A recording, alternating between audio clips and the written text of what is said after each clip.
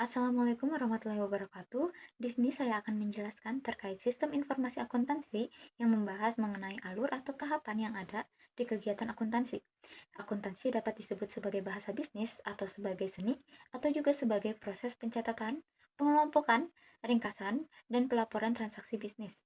Proses dimulai dari berbagai subsistem akuntansi seperti pembelian, penggajian, produksi, penjualan, dan kegiatan lainnya agar bisa disebut sebagai sistem informasi akuntansi. Proses tersebut akan menghasilkan dokumen sumber sebagai bukti transaksi. Dokumen ini kemudian dicatat ke dalam jurnal yang berisi semua transaksi keuangan perusahaan. Selanjutnya, data dari jurnal diposting ke buku besar yang merupakan ringkasan akun-akun keuangan. Sebagai bagian dari kontrol, data juga dicatat dalam buku besar pembantu untuk mengecekkan lebih detail karena ada akun yang membutuhkan buku besar pembantu, tetapi ada juga akun-akun yang tidak memerlukan buku besar pembantu. Setelah itu, informasi dari buku besar diringkas dalam neraca lajur, yang kemudian digunakan untuk menyusun laporan keuangan.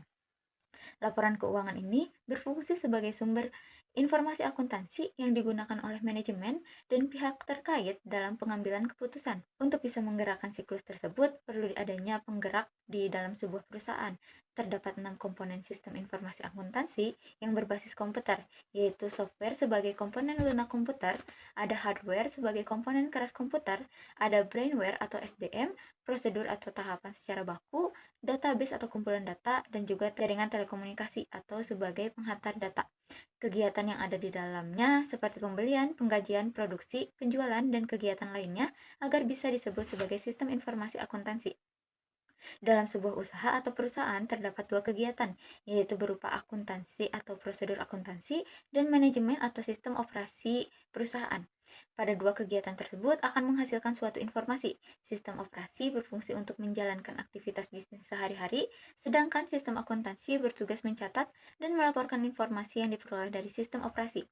Informasi yang dihasilkan oleh sistem operasi akan diteruskan ke sistem akuntansi yang kemudian digunakan untuk menyusun laporan keuangan dan membantu dalam pengambilan keputusan.